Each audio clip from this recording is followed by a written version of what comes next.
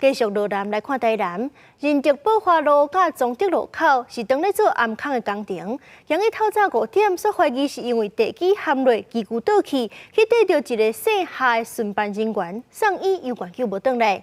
南区治安中心早起到场调查，发现这工地自来水管已经憋气，这可能就是陷落的原因。目前是已经要求停工。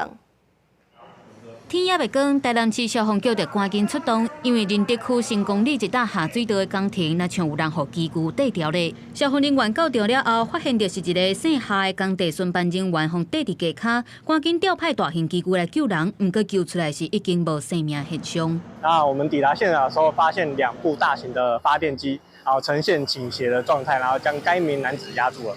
但是救出来的时候，该名男子已经呈现欧卡的状态。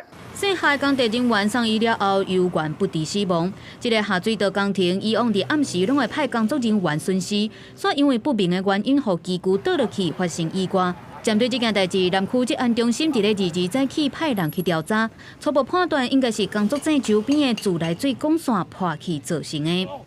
昨天到我们5点半、6点，我们下工，我们都有拍夜间巡视的照片，都是正常。不明的水源一直涌到我们的工作井内。我们夜班是一个，就他，因为他的工作就是帮我们看一下这样。因为刚刚自来水公司来这边把源头那边的一个水阀水门关掉了以后，整个水就停掉了。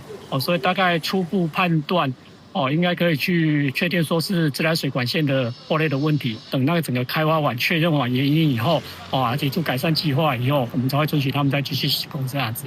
自来水管线是安怎会破去？到底是人为也是地动造成的？也搁要等挖开才会当进一步来确认。